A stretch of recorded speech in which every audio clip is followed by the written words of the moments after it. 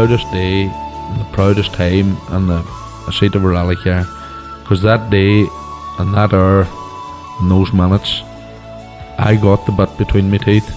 You know, I really stood up and was counted and said, this is not getting away. I remember when we pulled on our helmets and Donald says to me, what are we doing? I said, we're going for gold, Barrett. That's all was said. I can still picture that run. That was just the best run ever.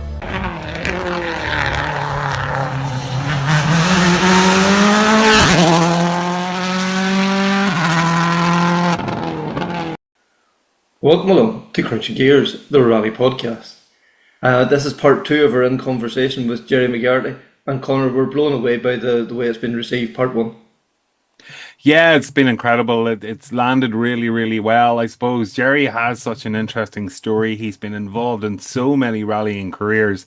And yeah, look, you know, we were there, we heard it. It's a brilliant story, and it's fantastic that people want to listen to it. That's for sure, you know, and, you know, speaking to Gerry, he's overwhelmed by it all too. And he reckons there's a part 2 and part 3 there yet, you know, so never say never. But yeah, like, what, you know, this part 2, like, we ended on a very poignant note, you know, the death of Mark Fisher, and then, you know, the emergence of Kris Meeke, and the way this story now develops over, like, you know, the next hour and a half again. It's just phenomenal. The careers he affected, the careers he took to the whole new level.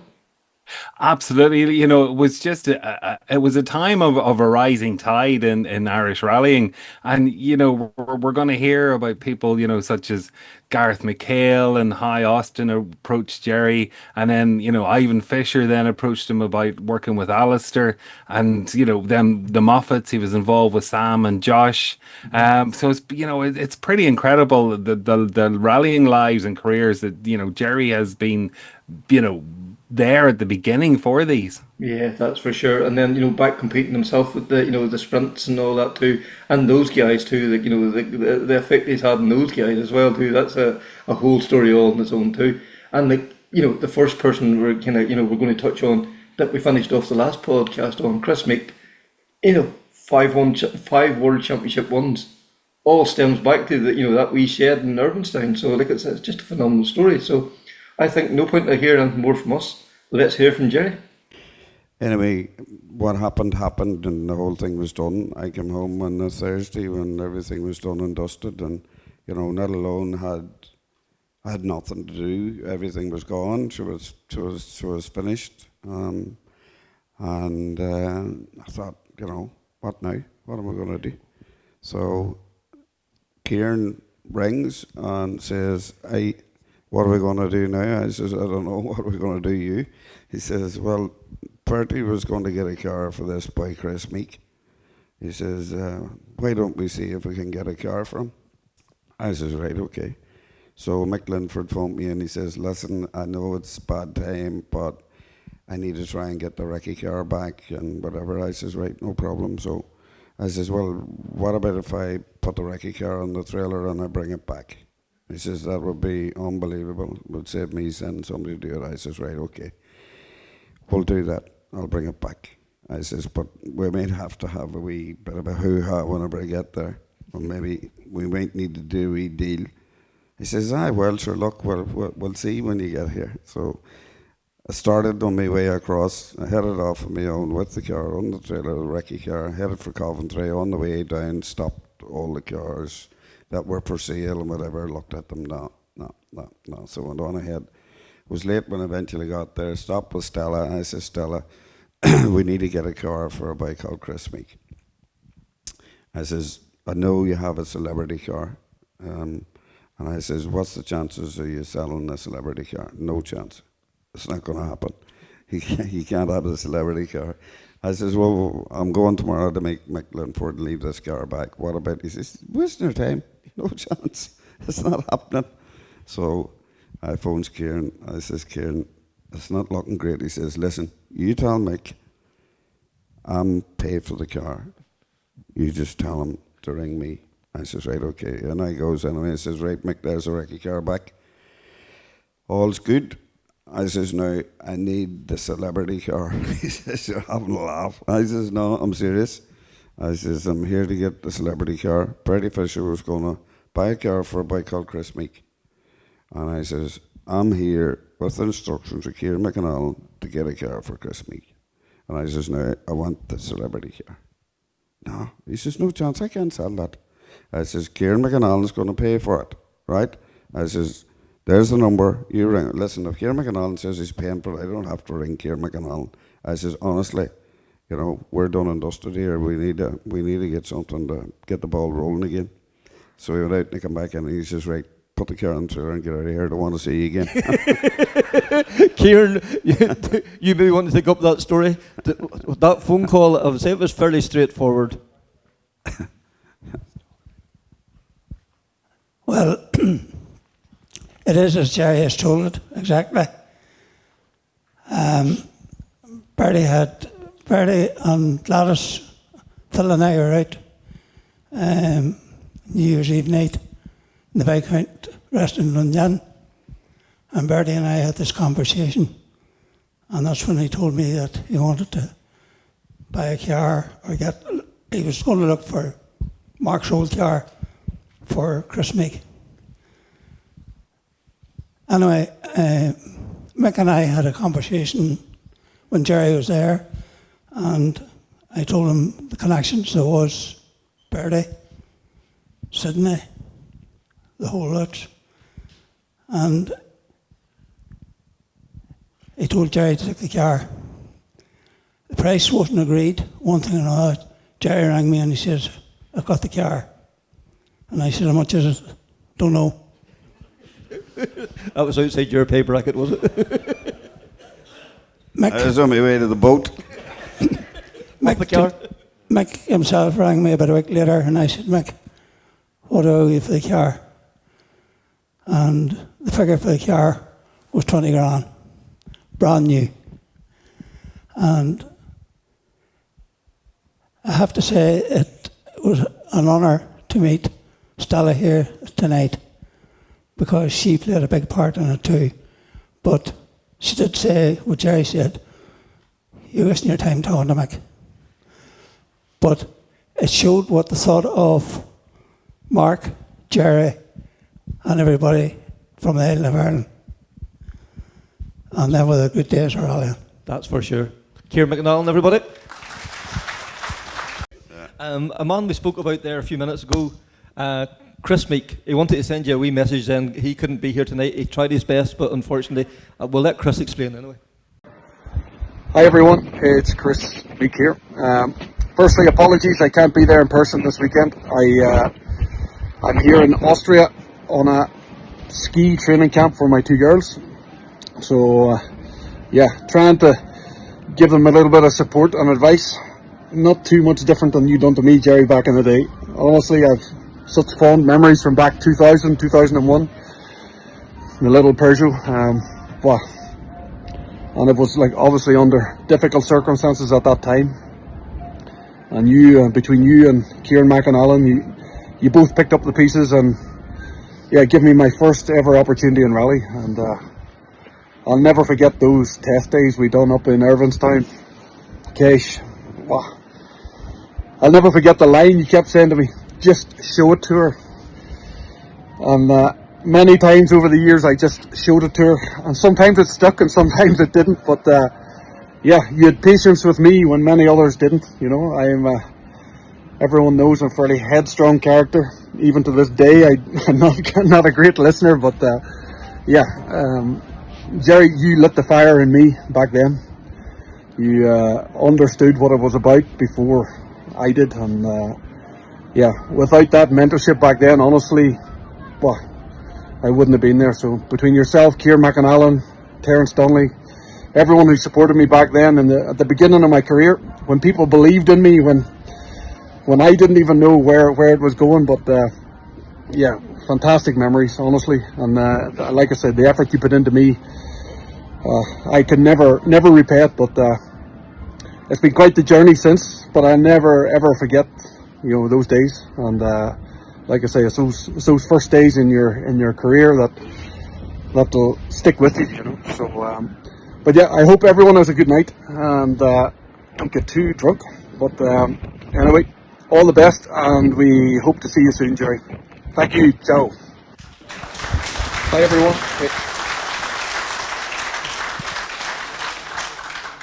So, Gerry, that wee fella that you started out in the 106 went on to won 5 rounds of the World Championship. You must have done all right with him. Yeah, he was a good listener. He used to come a wee man out to give me a hand, and he was a reformed alcoholic called Jimmy. He used to come with Gareth, and he used to come with a whole pile of the boys. But Jimmy was a fanatic about racing and rallying or whatever. And I remember Jimmy going for a spin with him, and Jimmy was a great man for one-liners and whatever, you know. And I remember putting him in, and he went for a spin and took him down this forest. And I said, "Get in there, Jimmy, go for a run with that boy, see what you think." Whenever he come back, and I opened the door, and I says, "Well, Jimmy, what do you think?" "I think, son, whenever this boy goes off the road on Aspro, it's going to be no good to you."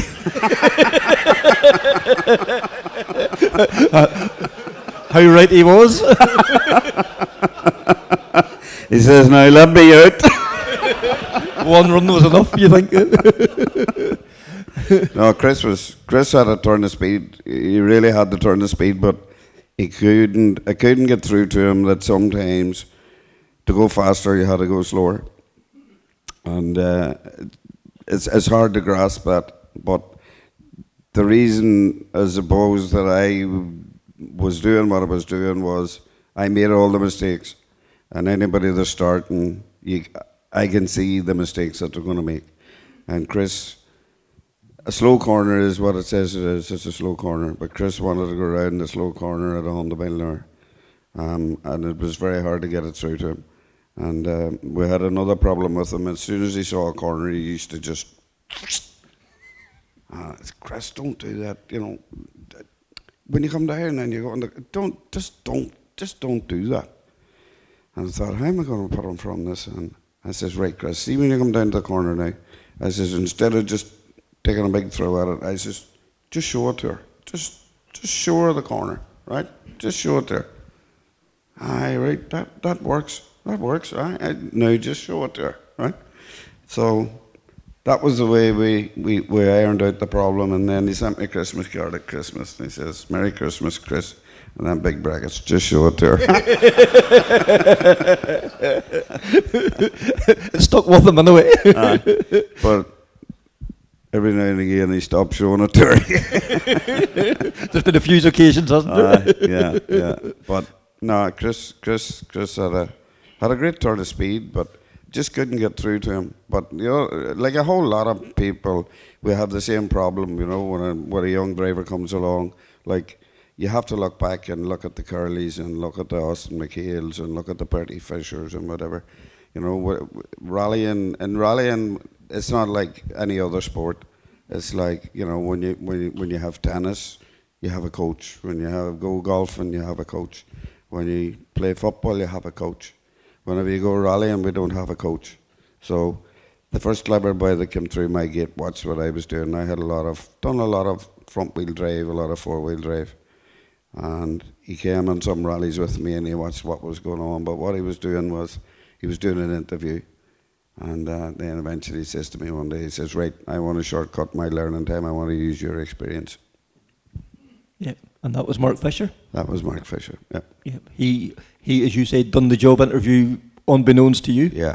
Mm-hmm. And we worked at it, and he made himself what he was. Yeah. Because it's not one component, it's 6 or 7 components. No, it's not one. There's no big thing. There's a whole pile of wee things. Put a whole pile of wee things together and you have a big thing. Mm-hmm. Yeah. But it's so much about, you know, it's like, you know, there was a man, and he used to go into work every day, and he was so easy psychologically, put him off work. And somebody would walk up to him and say, "Well, John, how are you doing today?" "You all right?" "Why, what do you mean?" "Geez, you well bad looking colour. Are you feeling all right?" "I don't. Geez, I'm dead on. I'm grand." "You sure? You bad colour?" An hour later, somebody say, "Where's John?" "Oh, he's away home. He's not feeling well." Only if you start to think about it. So it's, yeah, but Jimmy was, Jimmy was a great man. He used to come and we go testing with us, and we had bits of roads that we would go, and you could leave Jimmy to guard your life. Like, there was one thing about Jimmy: if you said, Jimmy, nobody's coming up that road, it didn't matter. It was the army, right? And I remember we went down one day. We used to go down to a place down at the other side of Pettigo, down at Loch Derrick, and we used to drive into the monastery, and then we blocked the road back up. And I'd leave Jimmy up at the top of the road, and we'd drive into the monastery, turn around, and we knew there was nothing on the road from there in until we got back to Jimmy. So left Jimmy, nobody comes down that road, not in your life. Okay, don't worry, son, nobody will come down the road. So off we goes, up a couple of runs up and down, Jimmy's standing on the road, and the next thing we come back on the way back up again. And here Jimmy had this car across the road, and he had the door open, and he had reached in, he had held to this pipe in the tie, and he was pulling him out, and he's pulling up like a... I said, Jesus, what's wrong here? He says, Jimmy, talk to this boy here. Turned out there were two tourists, and there were two Italians. They couldn't speak any English worth a hoot. And Jimmy was busy telling. All I could hear from Jimmy was, you're going to be killed. I'm telling you, you're going to be killed. But they thought Jimmy was going to kill them. He had got the man halfway to the door, and he had held him the thing, and he says, Jimmy, speak to this so-and-so here. He'll not listen to him. I'm trying to tell him he's going to be killed. You were never ever the diplomat. You went over and sorted it out. I says, Jimmy, let him go. We're going home. But I remember whenever he was mad about racing, he was mad about rallying, he was mad about anything, but especially motorbike racing. And then the videos come out, and Jimmy only had a wee TV, you see. So we got video. And I says, Jimmy, I'll bring this video down, and we can put her on and let you see the motorbike racing and whatever. Oh, geez, he says, that'll be great. So gathers up the video, brings her down. Jimmy was making the dinner, and he was busy frying away and whatever. I says, right, we'll hook this up here, put her on the table, and hooked her up to the TV and put it in a videotape. And then Jimmy was going, jeez, look at that there. That's deadly. Look at that there. Look at that. Jeez, the noise, you can hear them. Oh, jeez, you nearly think you were at the race. Hey, isn't that amazing? You can't believe that there. You can even smell the oil. Do you smell them? You think you were at the you think you were at the race. He was frying bacon. I turned around. I said, no, Jimmy, the pan's on fire. You'd put kestrel in the pan, had you? The pan was on fire. But anyway, Jimmy had Meek sussed. So he wasn't far wrong now, was he? No, Kris was a very good driver. He had more speed than he knew what to do with at the start. He figured it out well and good. And I have to say, only for Kieran and Terrence and a few others. And a few others. And the other problem we had was getting somebody to go with them, because when you have a new driver, you know, say, oh, like, I mean, I had the same problem with Gareth and whatever, and say, oh, you know, this by young.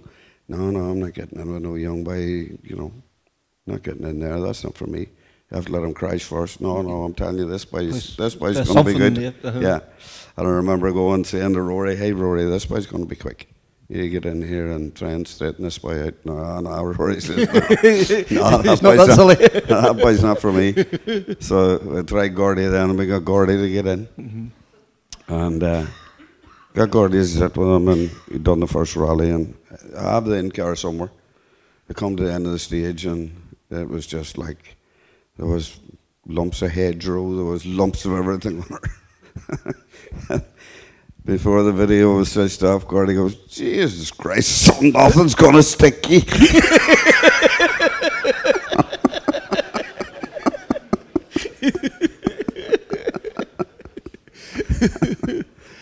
It wasn't far wrong. No. And you're talking about, you know, like hedges and one thing and another. There was a man that used to have a quite long hair, and you'd have thought he'd been dragged through a ditch here as Garry Jennings, and I think he must have a quick word with you here tonight as well too. And he's brought his own fan club as well. Garry, this man here, just a couple of miles up the road, but he's done a lot for so many. Yeah, without a doubt. I think there's hardly a driver, I think, in the island of Ireland that hasn't probably spoke to Gerry or rang him for some advice in the careers. I think that's one thing about Gerry. He always answers the phone, and as we're saying about the One Make Championships, he was very fair in his advice. And if he thought someone would work for one of his drivers, he wasn't one bit backward, a bit sharing with the other drivers, was just shows the sportsmanship that this man holds. That's for sure. And Garry, it took you from very humble beginnings to a works Peugeot drive as well too. Like, it just showed you that the progression was there. Yes, without a doubt. I think it all happened after the Fisher tragedy. Really, it brought all us young fellas to step up, and I have to thank the family for that as well. You know, they give me Gerry's guidance.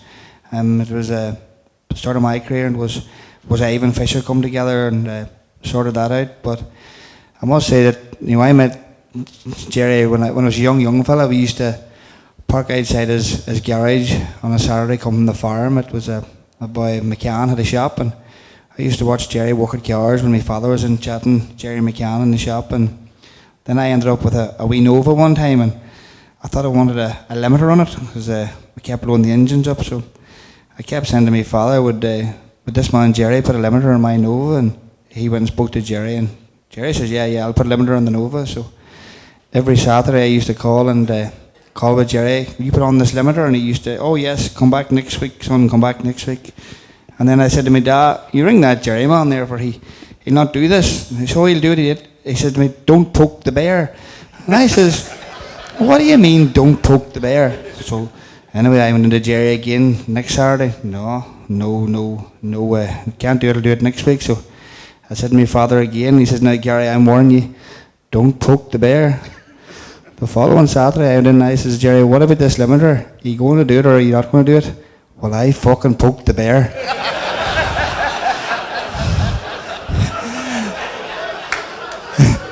Wait till I tell you, there was never a limiter on the fucking Nova. But no, I have to thank Gerry for all his fight, and people don't understand how good he is to the young generation, even to my children. You know, Gerry never go past him without saying hello, and you know, I know when I go past my children, I think Alice is to see him. They're all looking into Gerry's garage, and it's the highest esteem that this man's held. Thank you for everything, Gerry. Thank you very much, Garry.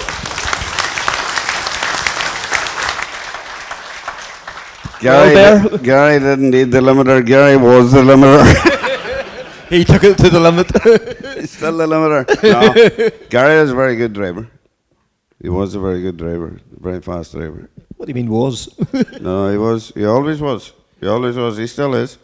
Yeah, he still is. Immense talent, like, you know, to the level he has got to, and like probably not always the best of cars, but always pushed and pushed and pushed. No, he's a good driver. Good driver's a good driver.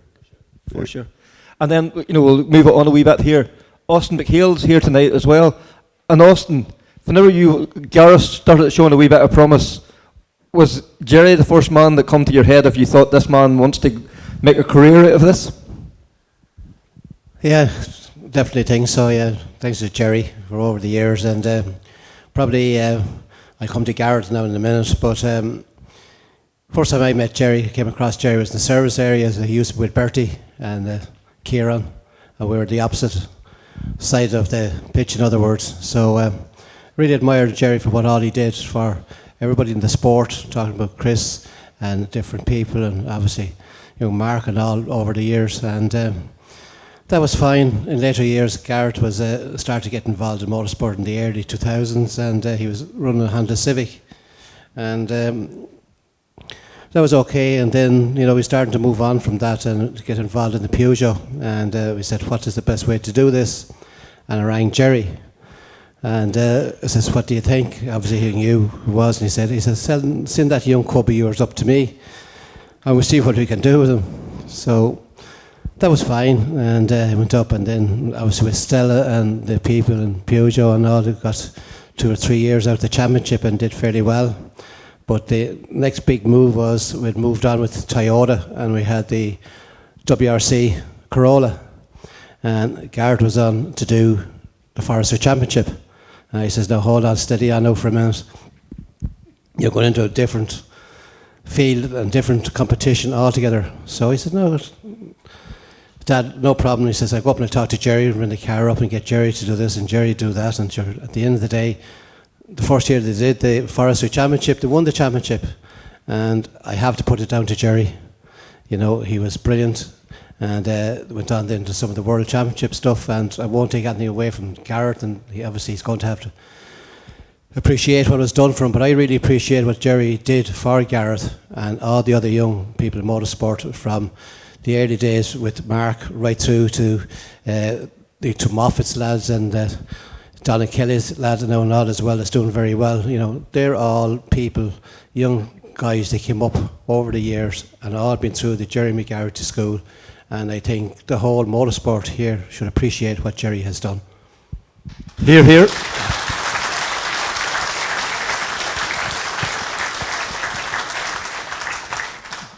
That wee man from Irvinstown again. Aye, well, I remember, you know, Bertie and Austin and whatever. Austin was a brilliant competitor, a great man, and once you got to know him and you got on the inside line, you were safe as houses. But if you weren't in the inside line, you were in trouble. There's always a but. Yeah, and he was, you know, there was. I remember one weekend we went to do the Rally of Monaghan, the year Gareth won that championship, and we had borrowed a Subaru from Brian Murphy. And Austin would kind of, you know, he wouldn't bum you up, he wouldn't, you know, he would just, it'd be yes and no, but you would know rightly what he'd be thinking. And we were doing the Rally in Monaghan, and Patsy Keenan, who was a great friend and a great competitor and has been coming and making a big effort coming from America to do the rallies here and doing the Forestry Championship. And we had Patsy, and I had maybe, I don't know, maybe 10 cars lined up, and Gareth was in the middle of it, and the next thing, Austin come walking around the corner, and we were ready to start getting stuck into the service, and they never said, hey, you've got some line of cars here, you've got some show here, he just walked past and he looked at me and he goes, you're one car short of Eddie Stobart.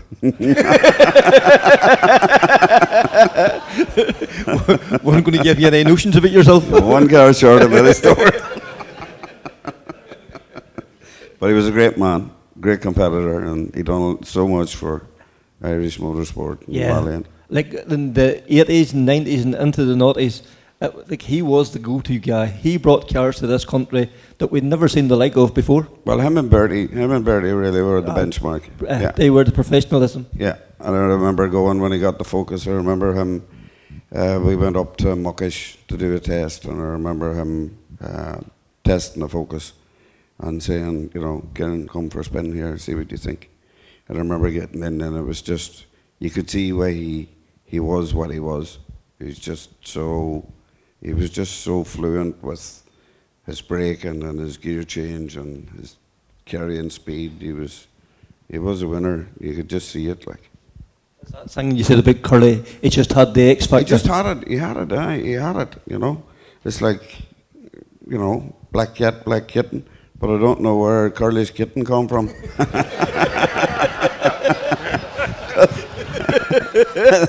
Hopefully Connor's not listening to this. No, he definitely wasn't in that house.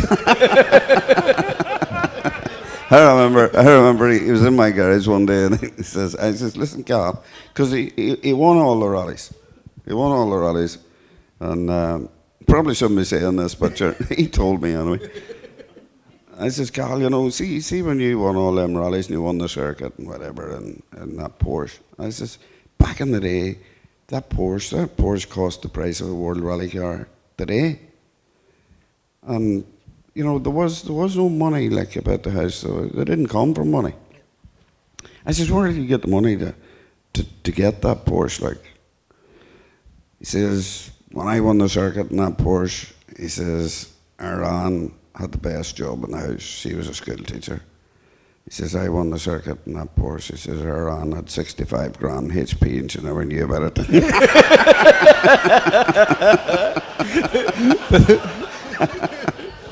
Only CB. I says, shit, CB. I says, what would have happened if you'd have smashed that car? Like, what would you have done? I bet I didn't. And you talk about black cat, black kitten. The kitten's here tonight as well. Gareth, Gareth, what can we say? Like, you know, you started out in the One Make Championship, the Peugeots, won the Irish Forestry. After winning the Irish Forestry, where's your next step? Well, we'll go and compete in the World Championship. And again, it was this man here that helped make all them dreams come true. Yeah, definitely, Kevin. You know, as sort of Dad alluded to, we were talking about. We had a couple of runs in the Honda Civic, and then we thought which way to go next. And went to look at the Peugeot. So that was in 2002, I think it was. So you know, I've known Gerry McGarrity for 23 years now, and what you get with Gerry McGarrity is you get everything. You know, he's been a mentor to me really for those 23 years. We come together through the motorsport, and as Gordon alluded to at the start, he's very psychology. You know, he can, he knows exactly what way to read you and how to get you working. You know, there's one section there, say when I was a bit sort of younger and a bit sort of more immature at the start, you'd be coming up and to go testing or whatever, and you'd be raring to go and let's get out of here, let's get up, get the car, get going. And next thing we all sort of pulling out, driving, heading up to Pedigo to go testing. Next thing the indicator would go on in the van, I'd be following him in the Peugeot into the petrol station. Jerry would get out and into the shop, and next thing he'd come out with a cup of tea, and he'd be standing there, and I'd be just wanting to go testing, and we'd wait there for about 20 minutes, and next thing he'd be calming down, and he'd say, right, now we're ready to go. You know, he knows how to read you, and he's definitely, as he said about Dad there, like when you have your back, and he's one of those people that definitely has your back when he's with you. There's another good story. We were actually Peugeot time again, I think it was 2003, and we said we'd do a quarry run there in Carron Quarry. Jesus. So we said we'd go and do a bit of a run, and unfortunately it didn't go too well. I put the car on the roof, the 206, and we sort of got the thing together, put it back on the wheels, got it pulled off, and everybody's all right. And he says, you better ring the old fella now before somebody else rings him. I says, I can't ring him. So what do you mean you can't ring him? I said, he thinks I'm at work today. So next I says, you ring him. So in fairness to him, he rang him anyway, so that was grand. And so I said, how did you get on? Or what did he say? And he says, well, he asked once everybody's all right, he started laughing. So that's not too bad. But no, listen, there's been plenty of boat trips across to the UK, and plenty of mileage up and down the country as well, and then air miles across there with the World Championship, and it wouldn't change any of them for love nor money, and I really, really appreciate what he's done for me. He's mentored me as a person, not just for motorsport, and it's just great that he's been recognised here tonight as well. So there's just another thing I want to say. We all know he's a very good driver, but you want to ask him about his navigating skills in Mexico there with Noel Clark and see how he got on. Tell us more, Jerry. And Gareth, thank you very much. Appreciate the kind words.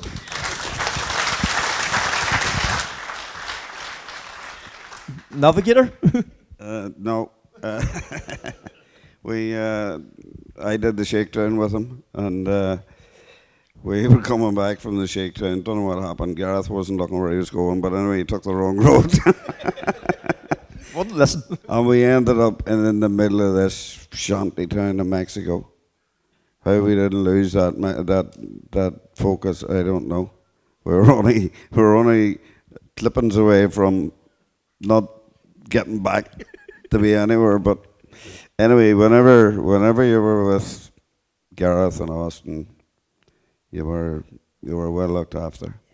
Mm-hmm. Yeah, the best of people. Sound people. Yeah, best there is. Mm-hmm. No doubt. And Gareth made a great driver, a great competitor, and a great person. Because like when you were competing in the WRC, like that was in its heyday. Like there was like, the works teams there, and like you were the best of the rest. Like, yeah, and you know, whenever he came to me, and we often talk about it, when he came to me in the Peugeots first, we did the first rally, and he was a bit impatient, and that was the reason for going to the Peugeots, going to the One Make Championship. It was a great learner, right? And then you could judge yourself with everybody else, because everybody was the same thing. Yeah. And I remember the first day he pulled me to the one side, we'd done the first rally, and he says to me, come here. And I says, what? He says, you tell me something. I says, what? Where's them so-and-so's taking 20 seconds to stage me? I says, well, if I told you now, you wouldn't understand. But I says, you ask me some other day, and I'll show you where they're taking it off you. I says, probably when you get to the World Championship, you'll be asking me the same question. And whenever we got to the World Championship, he was going, where's Latvala and them boys taking 20 seconds a stage of me? But before we were done, he was matching Latvala and beating Latvala and Matthew Wilson, and he was top of the game. Yeah, because like you see what Latvala went on to do, like and it was just like a the other thing, flick of a switch. You have to remember that the privateer cars is a step down from. They're never going to be the same. Yep. Never. No. Yeah. But he did a lot with what we had. Yeah. No doubt, and he was a good person along with it. For sure. And you told me one time about out doing a recce and getting a flat wheel out in the wilds as well. Aye, we were in Mexico. We had hired a Jeep, big fat tires on the Jeep, and you just think about what you've got, what you have to work with, what you can do, what you can't do. We were out in the wilds in O'War, and we were getting punctures because there were big fat tires on this Jeep, and we were getting punctures. Up in the middle of the mountains, this wee shanty. A few just hackles of things that people were living in, and we stopped. The man had a sign up: tires, puncture repair, and we'd got the flat wheel. We had no spare. I says, "We'll go over and ask the man here to see if we can fix it." He says, "Jesus, I thought I couldn't fix the wheel on that Jeep." I says, "Would you give him a go at it?" Went over anyway, and there was a woman with she had a lump of a shaft, and she has a goose's wing tied on the bottom of it, and she was sweeping the floor, and it was just dust like. And we brought over the wheel, and he says, "Can you fix it?" Yeah, no problem. The next thing, he tore into this big wheel, and he had her opened up, and he fixed the patch, put the patch on her, and he says to me, "I don't see any sign of a compressor." And I says, "No." I says, "There's only half a sheet of tin there to keep the rain off." I don't think he has a compressor. He says, "How are you going to blow this up?" I says, "No," but he says he can do it. Give him a chance. Wait and see. Man said he could do the job. All right, so there was a wee motorbike sitting over against the wall. Got the wheel back on, set her up, and needed a fair bit of pressure in the wheel. And I says, "I don't know what he's going to do here. We'll wait till we see." Run over and he pulled the pipe off the carburetor, and he drop a petal into this wee egg cup. He run over, he threw it around the wheel, and he fired in a match, and boom, up shot. I says, "There you go. Wheel fixed." There's your man. So whenever you get home, did you try that in Irvinstown? No, I didn't know.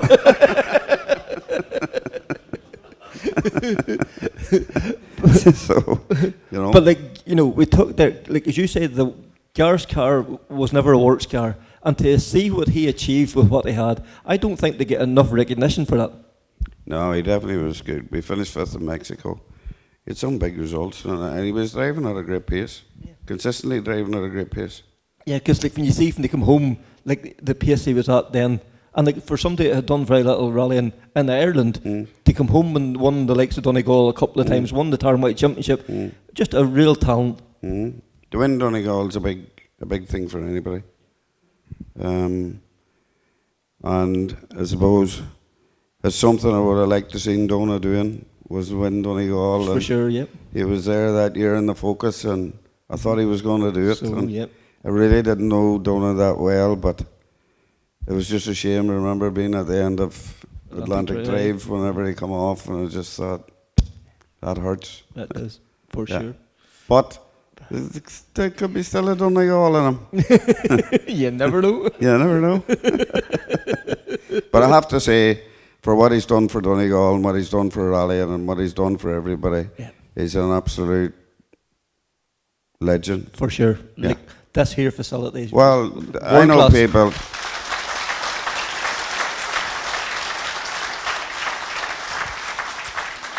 I know people have cars and they wouldn't let you look at them.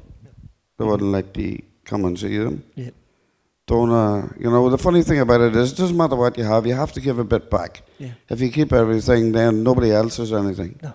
And Dona is he's a great man, he's a great ambassador, he's a great giver, he's a great competitor, and he's a great person. Great person, without doubt. And you have to give a bit back. I remember one day going from my house back to the workshop, and I pulled out the end of the road, and there was this wee man on a Honda 50, and he was pulled in, and he was looking at her, and he had a big lazy coat on him, and it was wet, and it was I drove off and I thought, geez, your man's in a bit of bother here with this old motorbike. And I drove on and I thought, you know what, I wouldn't like to be sitting there on the side of the road hooking at that there and it teaming down and I turned and went back. And I says to me, you in trouble? He says, I am. I says, where are you going? He says, we're going from Mizzen to Malin or from Malin to Mizzen. We're trying to raise money for charity, he says, and this thing's not going right. And he says, there's something wrong with this petrol pipe on her and them other buggers that I was with, so way on, they've left me. I says, right, okay. So I pulled open the back doors of the van. I think it had been a rally the day before. Pile of bits and pieces and a bit of paper. And I said, show me that there. Pulled it off. Had a bit of paper and fitted it. Cut a bit off it, put it on. He says, you doing a bit of rally? And I says, I was at a rally at the weekend. I says, there you go, try that now. Hit her a kick and away she went. He says, you know what? He says, you're a mighty man, thanks for stopping. He says, I was really stuck. I says, no problem. So away we went. And we were in West Cork.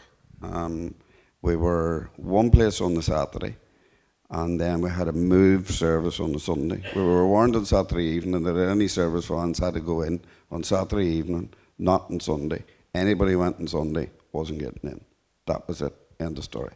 So, as usual, we're all up for a challenge. We landed out on Sunday morning. Nobody getting no better in. man. Nobody getting in, right? So the next thing, McKinstry's boys was there. Hey, wasting time, boys. There's no getting past this by the gate. We're not getting in. He says, you're not getting in. That's it. I says, where is he? He's down there. He says, no. He says, not even you. You're not getting in. Challenge accepted. So I said, we'll go down to a seat. And Sean McAleer was there. He says, you're not getting in. I'm telling you, you're not getting in.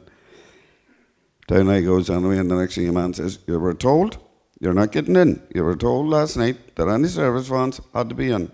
And the next thing, the gate slid across, and the wee man says, he's getting in. The man in the Honda 50. The man in the Honda 50. It's always good to be the good Samaritan. Well. Yeah, it is. Yeah, it was well seen, well looked after that man. Yeah, no, it's. I think Donna is just Donna. Yeah. Yeah, it's just his heart's in the right place for sure. Isn't It is for sure, aye, and it's like me and Rory was talking about him one day, and you know the cars, and he's rallying, and he has no time, but he makes time. He makes time for everybody. He makes time for do things. He does things that people know nothing at all about. And I says to Rory, he says, he's just like Bert. I says, no, he's the new Bert. Because there only ever will be one Bert, but he's the... He's the new Bert. Yeah. That's as nice a way as you put it, isn't he? Yeah, he's the new Bert.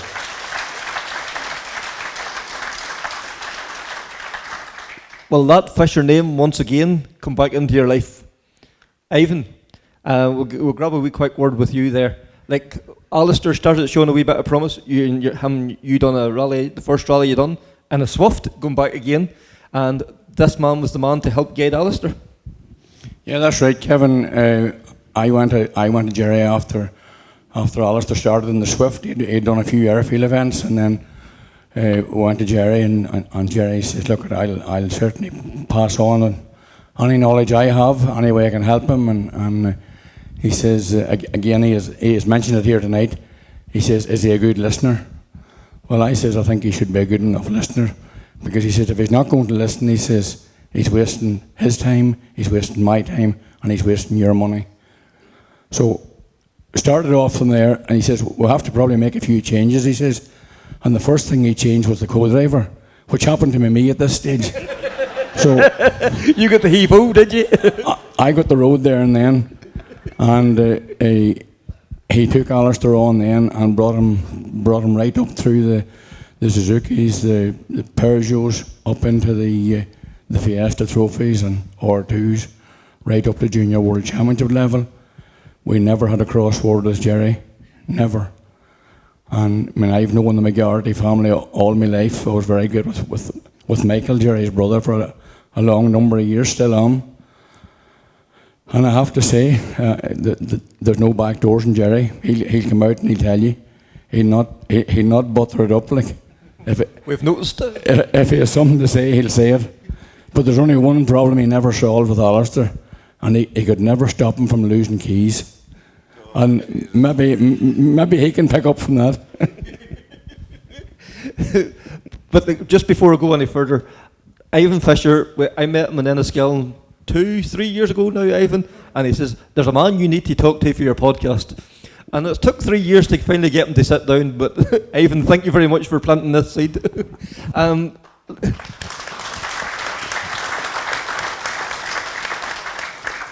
But to work with Fisher family once again, it must have been a pleasure. Absolutely, yeah. Pleasure, and same as the McHales, and they're all cut with the same brush, you know. People like that, you have no problem working with people like that because you know what you're dealing with. And I've been lucky, been very lucky. I've been extremely lucky, and you know you can see how dangerous this game is as well, and you have to be careful of safety and all the rest of it. And I have to say, like, if I was having a night out, I wouldn't have had a night out because I would have thought, who wants to come and listen to that load of crap? I didn't think anybody would come, but when I stop and think about it, and I see the people that I've been with and the things we've done, and when we stop and we think about the things we've done a lot. You've done an awful lot, really have, hasn't it, people? Yeah, we've done a lot, yeah.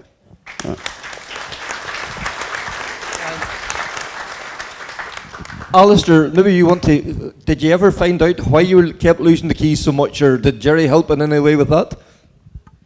I've never lived losing the keys down, to be fair. It was even touched on it in my wedding speech. But no, Gerry's played a massive part in my career and also in my life. Our first event together was the Ulster Rally in 2006 in the Peugeot 206, and I think we finished second in the class behind Andrew Bush, who's here tonight as well. So it was after end of 06. I was probably only 18, and we were obviously looking to make the next steps, and along came the sort of the Fiesta Sporting Trophy, which was a new one-make series in town, both the Irish Championship and the UK Championship. And Gerry was, you know, as keen as mustard, as everybody's touched on tonight, his enthusiasm to, you know, be the best, find the best way to go about things. It was always coming to the fore. We look back now, and whenever you're starting out, you're very green, and you think you know everything, as some of the drivers have touched on. But Gerry always, you know, took you to one side and poked you in the chest, good and hard, and just gave you that wee bit of advice. I look back now, and I think over the 2 seasons in the Fiesta trophies, we had 23 podiums and 9 wins, and that was a testament to, you know, Gerry's car preparation and how he brought me along as a driver and mentored me, you know, as well as the co-drivers that sat in another seat as well. You know, they had a part to play, and they would have even have, you know, sought advice off Gerry.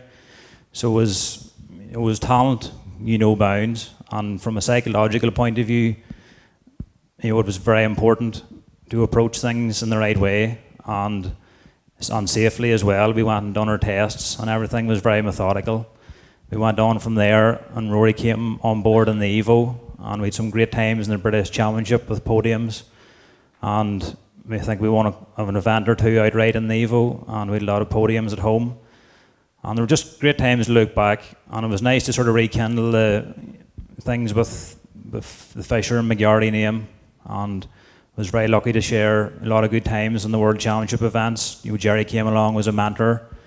It was a full week out in the events, and they were long and hard, but you know, one thing, Gerry's enthusiasm had never wavered, and he always tried to put a positive spin on things no matter how bad the weekend was going. And as you get older, you sort of realise, you know, life goes on and things change, but you know, Gerry's enthusiasm for motorsport, it's never wavered, so I think that's clear tonight. For sure. Alastair Fisher.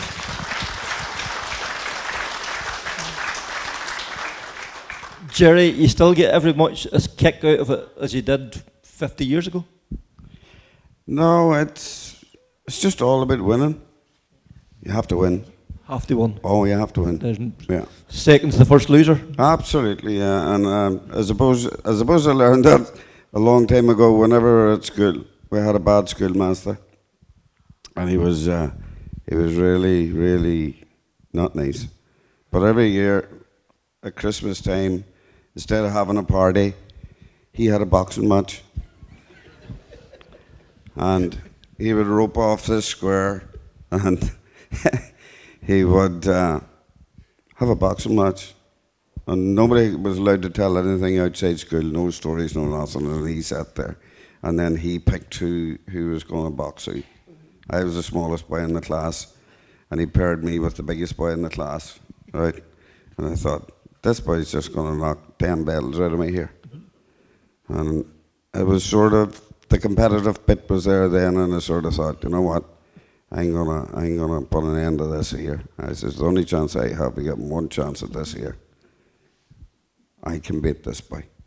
And of course the man was warming up, and it's just, it's only a matter of coming over and knocking stuffing out of me like. And I just thought to myself, right, we need a plan here.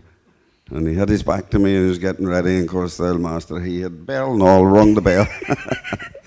And I took a race across the floor, and I just took one swing at him and I jumped, and he just turned around and he just hit him there.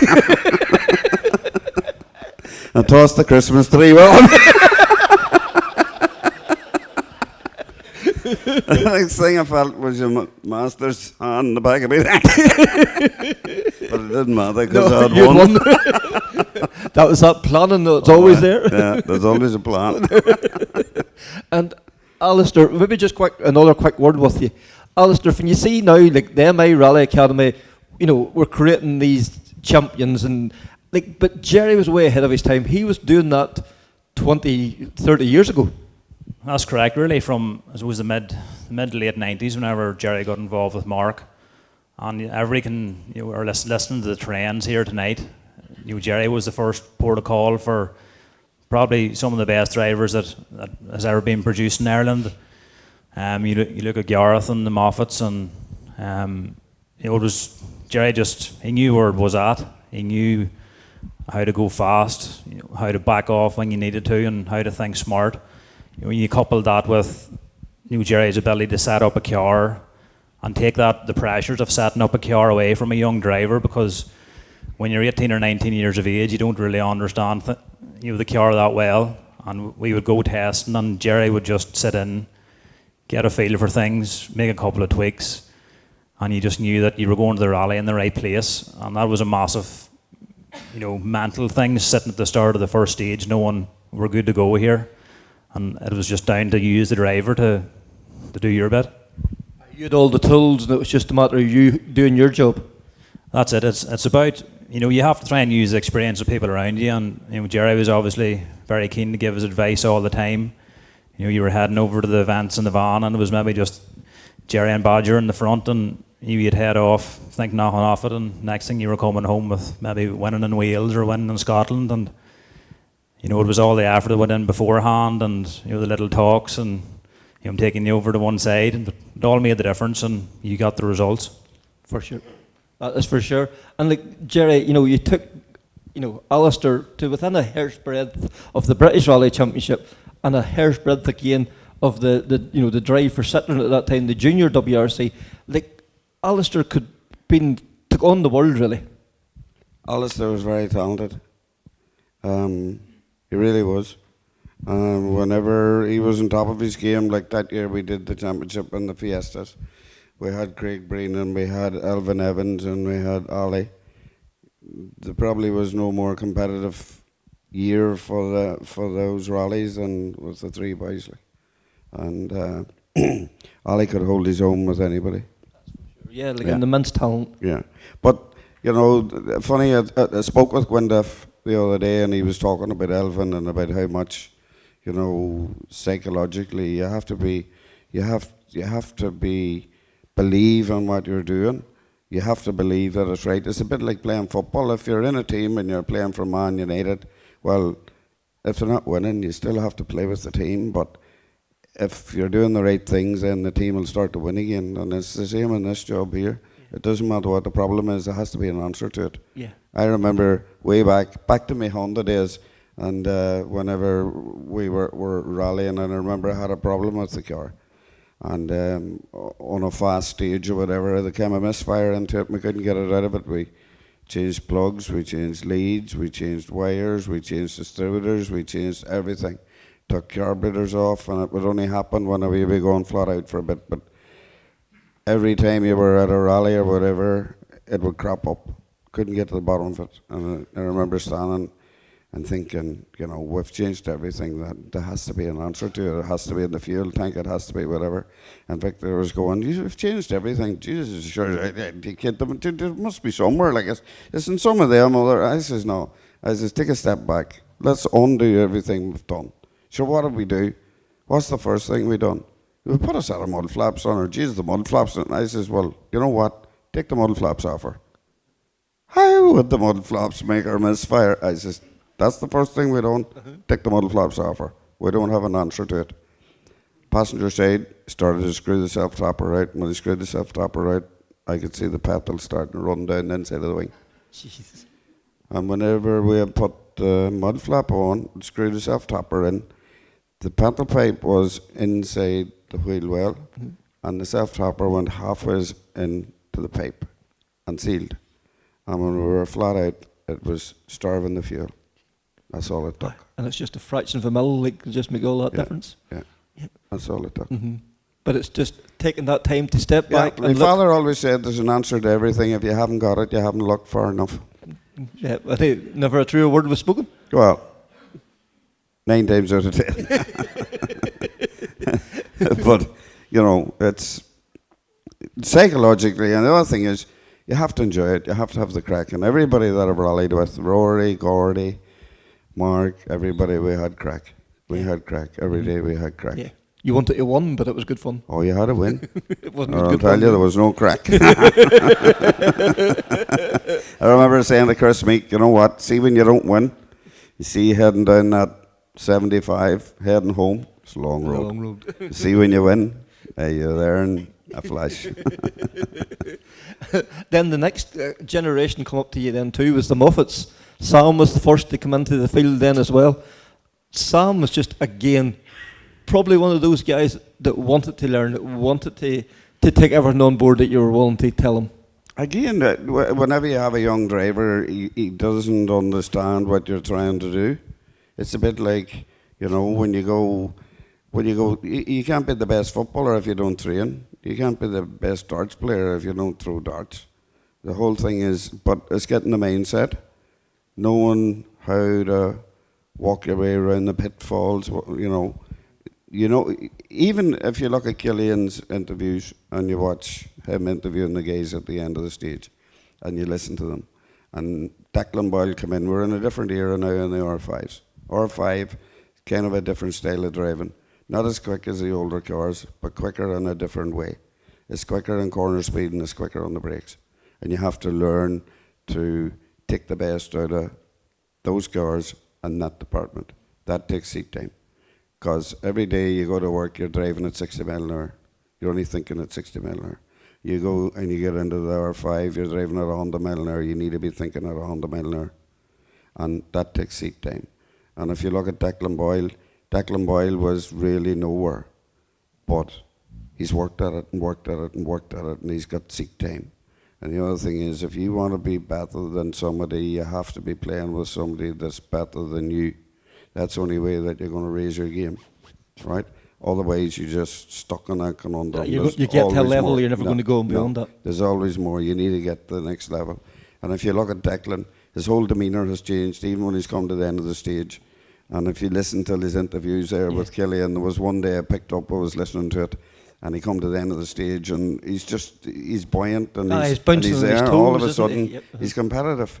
And Killian said to him one day, he came to the end of the stage, he says, God, you're really going well now, Declan. There, I was just looking at the splits halfway through that stage, you're 4 seconds up. Jesus, why didn't you ring me? You know, he's thinking positively, and he. The other thing is, it takes a very smart driver to know when it's not working, when not to push. Not every day you feel like that you can win, but you have to make yourself to be in that position to win, right? But if it's not working, you need to know when to stop. Yeah. You need to quit when you're ahead. And that's one thing Gareth and Ollie and whatever was very clever about. When they weren't getting enough seat time, they knew not Not to to push. push. It. Yeah, Mhm. not to come out. Mhm. It takes a very clever driver to do that. Yeah, that's for sure. Yeah, Yeah. that's no how to manage the situation. Yeah. Yep, Yeah. for sure. Yeah. Mhm. There's no doubt about it. That is it. And Sam Moffat's there. Sam, what can we say? Like, Gerry took you under his wing and made you the driver what you are today. Like, you're the only man in the country that has won the tarmac, the national, the forestry, and the European Rally Trophy all in 1 year.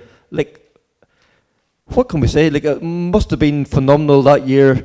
But like, do you trace it all back to what the guiding light that Gerry was? Yeah, look, I think Gerry's done a lot for myself and Josh, and we owe a lot to him. I remember the first day I ever rang Gerry. I rang him and he says, "Come up and see me." So he was sussing me out, I think, for a better word. I told him I'd just purchased an Evo. Wasn't too good at it. So I'd bought myself an Evo 9, thought I was top of the world, and I think I'd done one rally in it, and Gerry told me to get rid of it. We'll have to get a better one, basically. And Gerry had a lot of sayings, and they always stuck with me. You can't take a slow corner fast, and always watch the fast corners into the slow corners. And it was things like that that always kept us right. And as Ali alluded, Gerry was all ahead of his time. I never forget, me and Josh were going to do our very first gravel forestry together, and Gerry took us into the PlayStation to do a bit of a dress rehearsal before we actually headed to the stages. So you were ahead of your time then too, Gerry, but I'm not sure it helped us in that rally. But we'd very fond memories, and Gerry took me to a lot of championships in the Evo, and even when things went bad, Gerry did always pick us up and keep us going. And even whenever we had an engine failure 2 nights before Monaghan Rally, we got a Subaru off Kenny, and it was Gerry that kept my head that morning and says, it's the same. You're going to drive the car the same. You're going to drive to your pace notes. He had me up early the next morning, making sure I was comfortable with left-hand drive, and he kept my head that weekend. And the rest is history. Yeah, because that was just the beginning. That was, you won Monaghan, you won Donegal that year, and that was all Gerry just shielding you from all the nonsense. Just get into the car and drive. Yeah, like when I arrived at Gerry personally, like I was watching Ali at winning rallies or leading the Circuit of Ireland or whatever, and I was minutes off that, and I was probably, like you were saying, Gerry, about Gareth being 20 seconds or in a stage. I was something the same, and you were saying it's down to the gear change, braking that little bit later and driving cleaner, and you mentored me the whole way through that, and I think I listened for the most part. And for sure, when I look back, it was all those learnings that compiles it, and it was a team effort. There was Badger, Dermy, and there was a good team there, a good navigator, and we all worked hard together, and the team effort definitely worked. That's for sure. Sam Moffett, people. It is a team effort, and the other thing it is, rallying is a compromise. There's no perfect setup for a rally. There's no perfect setup for a stage. What you have to do is gear for the quick bits, deal with the other bits. Gear for the bits that your car is good on, deal with the bits it's not good on. And it's a discipline. And sometimes you always think, I'm not going fast enough, but the majority of the time you're going too fast. And a slow corner is what it says it is. Yeah. And the most times made on a fast corner. And the most grips in the middle of the road. So it's a case of seat time, and remembering the rules and practicing. And I remember taking the boys, Sam, out one day, and Ali was there. We were going somewhere with Ali. Ali had to get a run first, and I says to him, whenever we're done, I says, go for a run with Sam there. Just sit in with him and see what you think. And we'd started to do a right wee bit, and Sam was working hard at it, and the next thing he got out and he come back and he says to me, Sam's going to arrive shortly. He's getting the hang of it. And he did. He did. Yeah, because look what he went on to achieve, like 2 Donegal ones, tarmac titles. This guy could have been the limit, but like I suppose work was more important than it was just he found his happy place. Yeah, well, it's a bit hard to do both, but You know, it's a small window when you're able to do it really well, and you need to make the best use of that time whenever that window's there. But I've had loads of good drivers. I've had loads of drivers that have had a lot of talent. I've had a lot of smart drivers. There's just been so many. If you look at any one-make championship across the water, anywhere, British Championship, you've got Irish drivers. And, you know, we have a talent in this country for doing things. Yeah, and like and that's one of them. For the size of the country, we punch way above. Like, you know, look at the rallies we have here. We have exceptional cars, we have exceptional organisers. You know, you can even see it like everywhere you look. There's an Irish vein runs through every rally but team. the competition's good, you see, and if you're going to have good competition, then you're going to have drivers getting better and better. Now the national championship's nearly as good as the tarmac championship because you're getting drivers come back in there to get in seat time. Yeah. You know, it's a bit like what you have, and then, you know, it's getting it across, but it's a bit like the Yank whenever he landed over here and he walked down and Paddy was lifting the potatoes out of the field, and the Yank says, "Oh, gee whiz, are those potatoes?" He says, "Yeah, they are." Well, back where I come from, he says, the potatoes are this size. Paddy says, "We just grow them to suit the size of our mouth."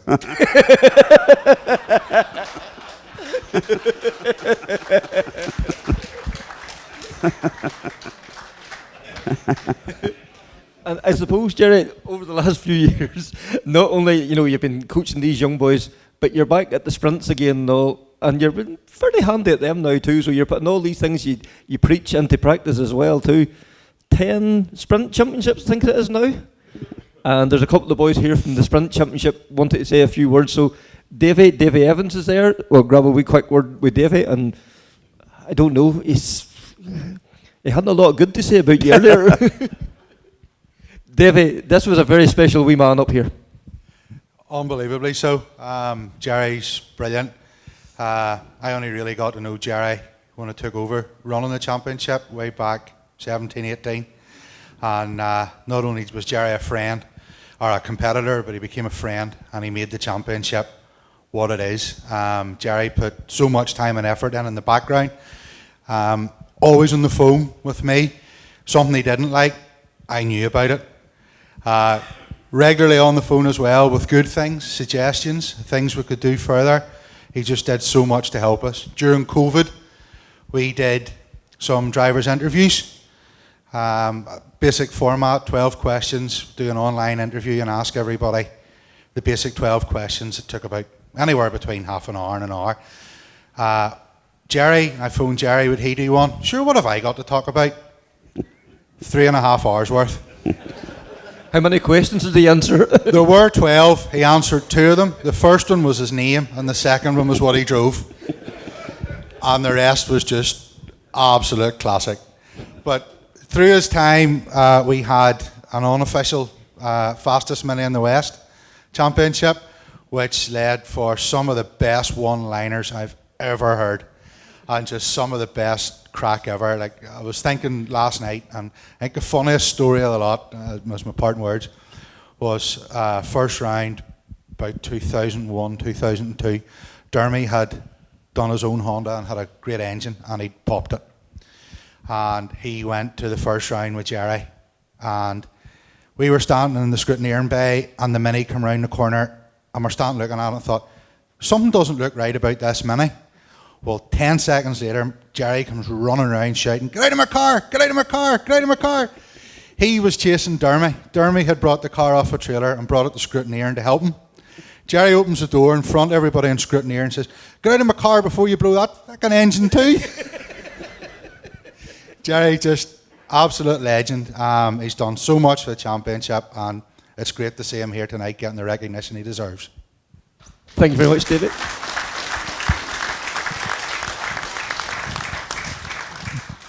Garry, you've been on the receiving end of getting your finishing second, but there's been a few times you finished first as well. Only a few.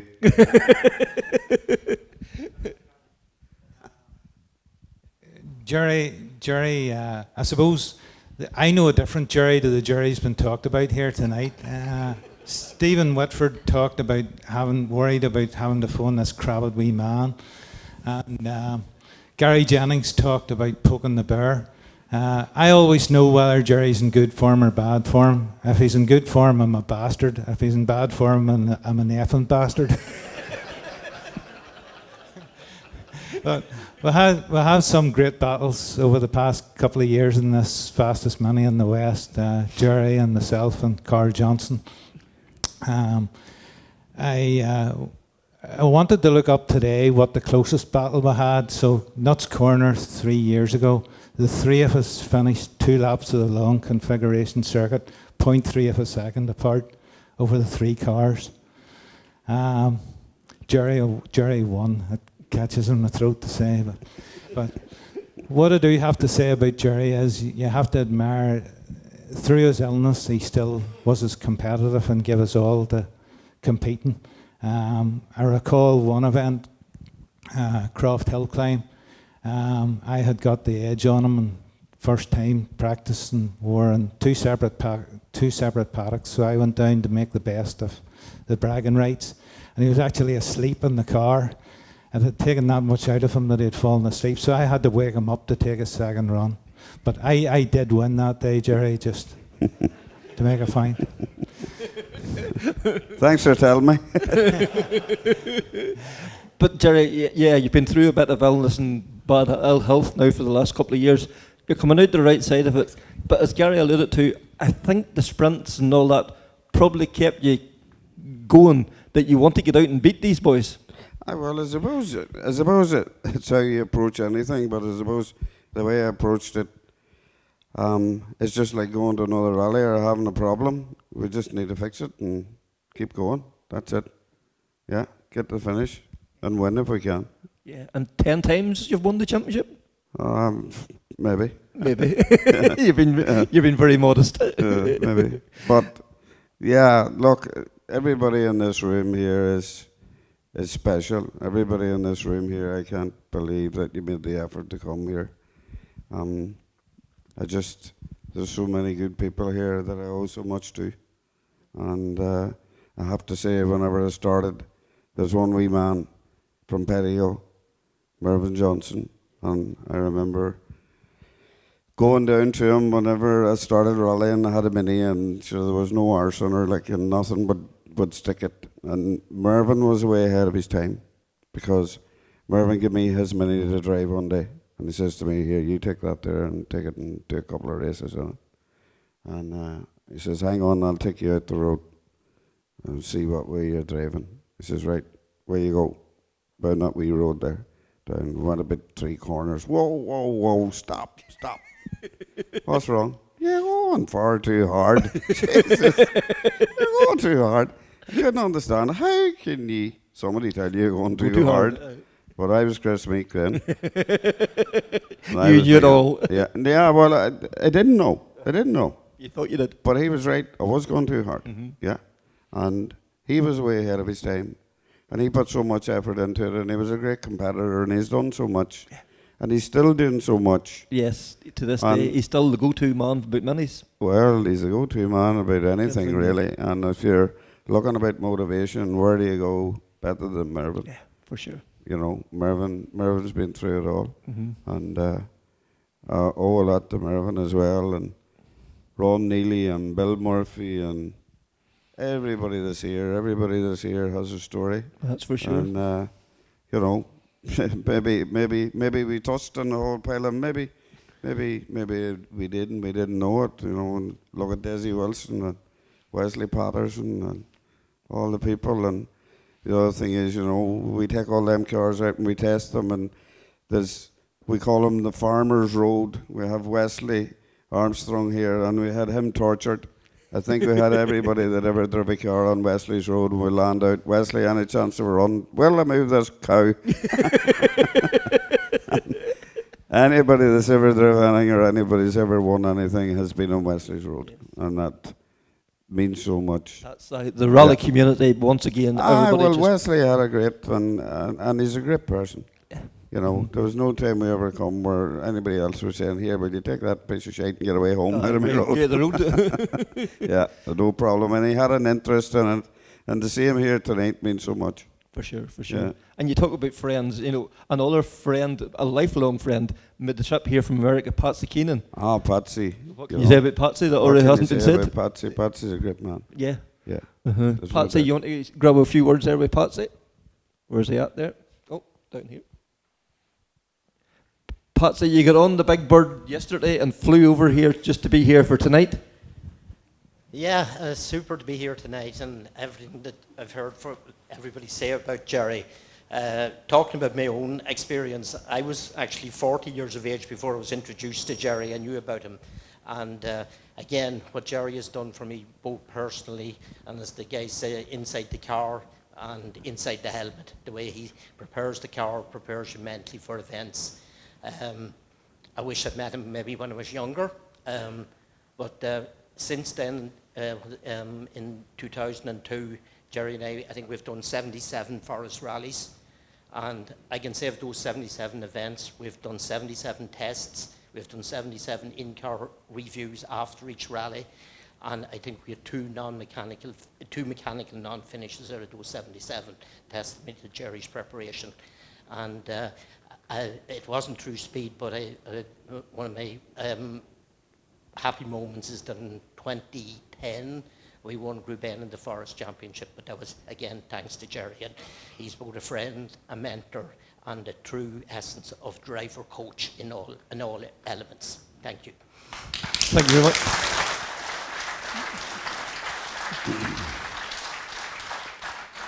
Gerry, a man that travels all the way from America to come and talk about you, must be a true friend. Oh, he is, yeah. Yeah, there's not many men like Patsy. There's no doubt. And there's not many people like everybody that's in this hall. Mm-hmm. Everybody in this hall are here with cross swords, or, you know, Sam, Josh, Austin, Gareth, everybody. It's just, it's amazing when you think about it. For sure, for sure. And we'll start wrapping things up now. We're going to grab a wee quick word here with Terrence Donley. Another one of those men that's been in your vision now for how many years? Probably wouldn't even want to start counting. He's been there through it all, thick and thin. Yeah, Terrence done so much for so many people. And Terrence done so much for people and nobody knows anything about. But Terrence is one of those people. There's not many. There's so much bad in the country. It's just terrible to see, you know, some of the things that's going on, some of the things. People like Terrence, there's not enough Terrences and not enough Donas and not enough Kevin O'Kane's, and I don't know about Godfrey Crawford, but or Gary Mulligan. No, Godfrey's a serious competitor. He's a good man. But you know, Mervyn's and Kieran's and all the people, and you know,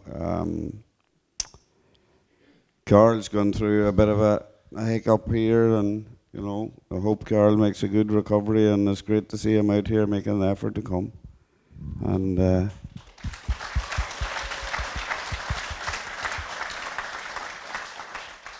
if he takes half an ounce of compression out of what Mervyn has given, he'll make it through all right. Terrence, we might grab a quick word with you. Terrence, you've known this man a lifetime, and what a life he's led.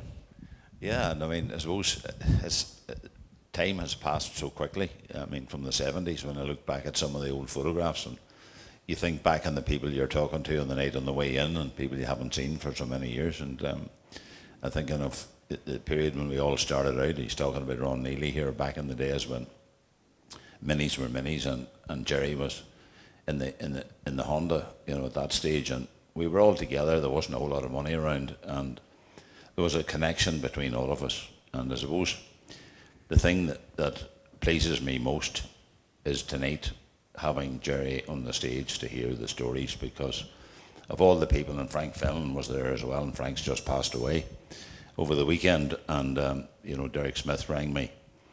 I think really we're lucky to have done him, first of all, to have the creation of a masterpiece of a stage to operate these type of things in.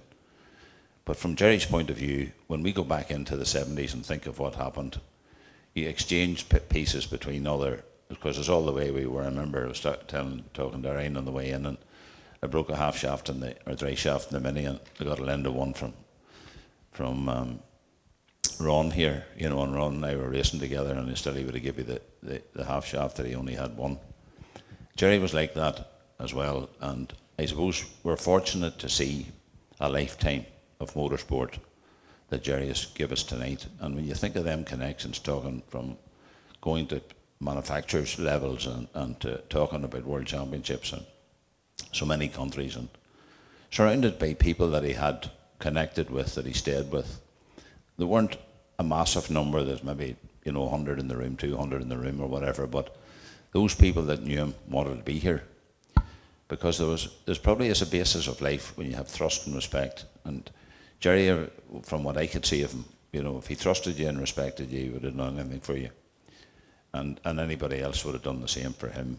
And that's the way it was and is and has done for the amount of years that he's been here. So I suppose to see him to get to the point, and we all talked about it. I mean, Gordy and Rory and Donna and all of us, that knew him so well, to have him on the stage and I even talking about, the fact of you interviewing him. I suppose to have these moments shared to the degree we had and the stories we had, it's really a legend. And everybody travelling so far, I think, is probably something that we don't often do. And he's one man that we wanted to do, and he didn't ever want to do it, but we got it. So I think it's great for us all to have it and have the memories we shared, really, and the way the journey has passed over 50 years, my goodness. And he's just after coming through another piece of operation and getting replumbed. And Gordy rang me, he says, McGarrity was out, he could only do 2 laps, but he won. So that racing spirit was always there, and the girl from Peugeot here tonight as well, like so many people that have touched with him. But if he worked with you and wanted to work with you and trust you, he really gave you his back. And if he had that, you had everything you ever needed. So thank you for all your efforts.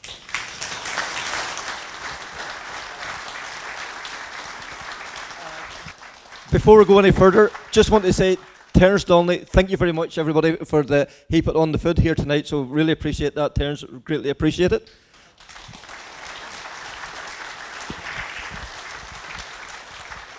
Now, one man I want to thank, sitting over here, Donna Kelly.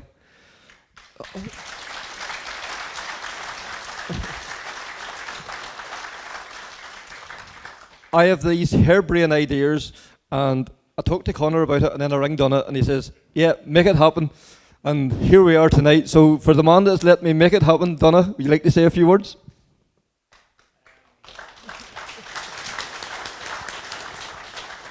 I suppose, we're lucky. I think we've got to remind ourselves how lucky we are that can celebrate somebody when they're still with us. We always talk about great people sometimes when they're gone. We're lucky to have somebody, and everybody's referring to Gerry as a legend and mentor, etc. We're lucky that we can sit here and celebrate somebody's achievements, celebrate their lives, and celebrate it together. So for me, I suppose this whole facility is one of, capturing memories, reliving memories, and enjoying the sport that brings us all together. Somebody said to me earlier, Jesus, this is some investment. You've made some investment here. I was saying, geez, I must revisit the business plan, because I'm not so sure that the return on investment in financial terms would pass the litmus test. But the return you get is in your heart. And I get so much of a return from events like this. This is what it's about for me. So when the request comes, Kevin, it's never a problem, because what you get back is tenfold. So well done, Gerry. Myself and Gerry, really, our friendship is only over the last 10 years, but it might as well be over 100 years, because that's how strong it is. And I love the man, and I enjoy his company, and he is a legend. So thank you.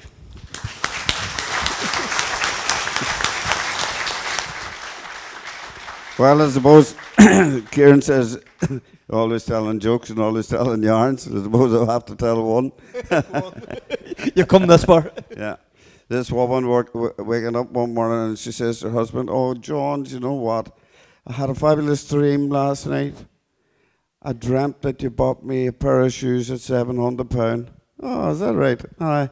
He says, "Well, why don't you go back to sleep there and see if you could get a cheaper pair?"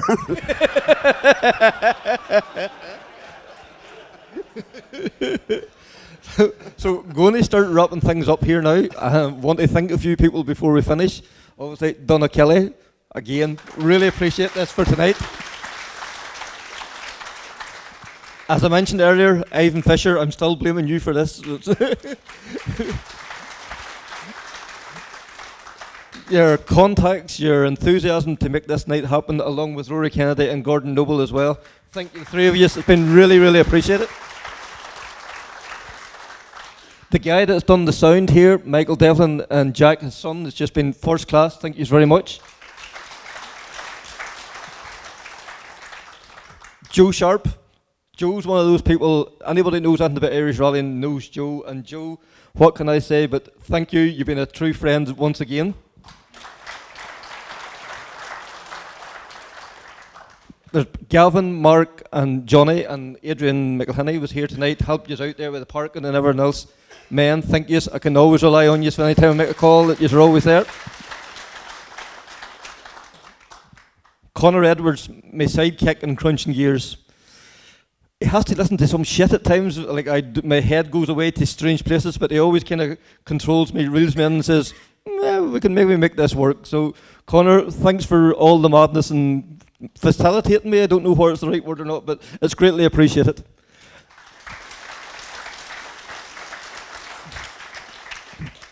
And now?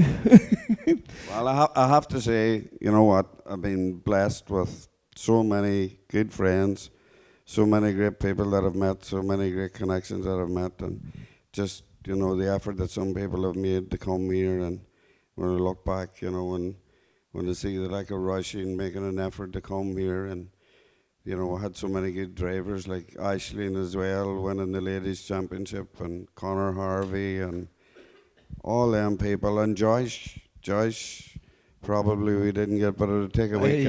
He's very quiet out there, so he is. You know, very shy. I remember, you know, and so many people have helped me, Jeremy and Kyle and Badger.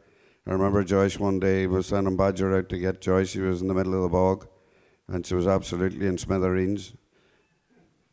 Badger went out to lift him, and he says, "You know what, Mervyn? See, when I get the hang of this, I'm going to be good." And he was good. He's not bad.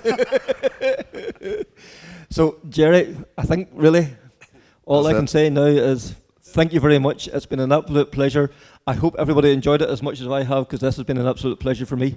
Everybody, Gerry McGarrity. Thank you. So that was our conversation with Gerry McGarrity.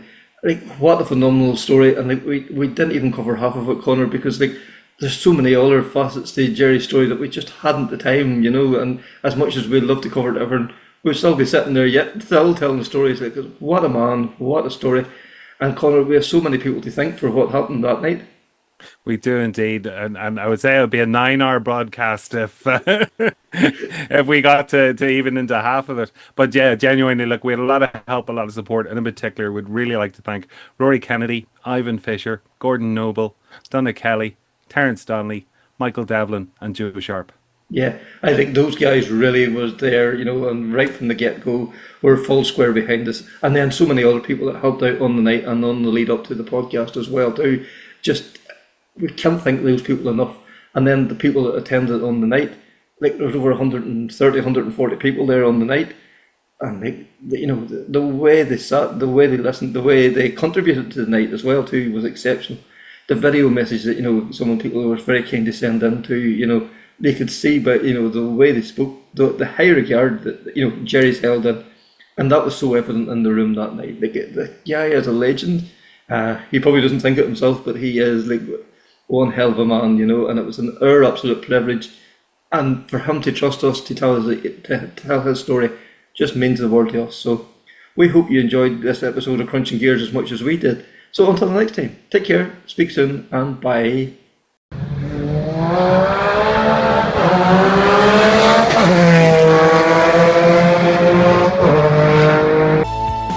That's the proudest day and the proudest time in the seat of a rally car, because that day and that hour and those minutes, I got the bit between my teeth. You know, I really stood up and was counted and said, this is not getting away. I remember when we pulled on our helmets and Donald says to me, what are we doing? I said, we're going for gold, Barrett. That's all was said. I can still picture that run. That was just the best run ever.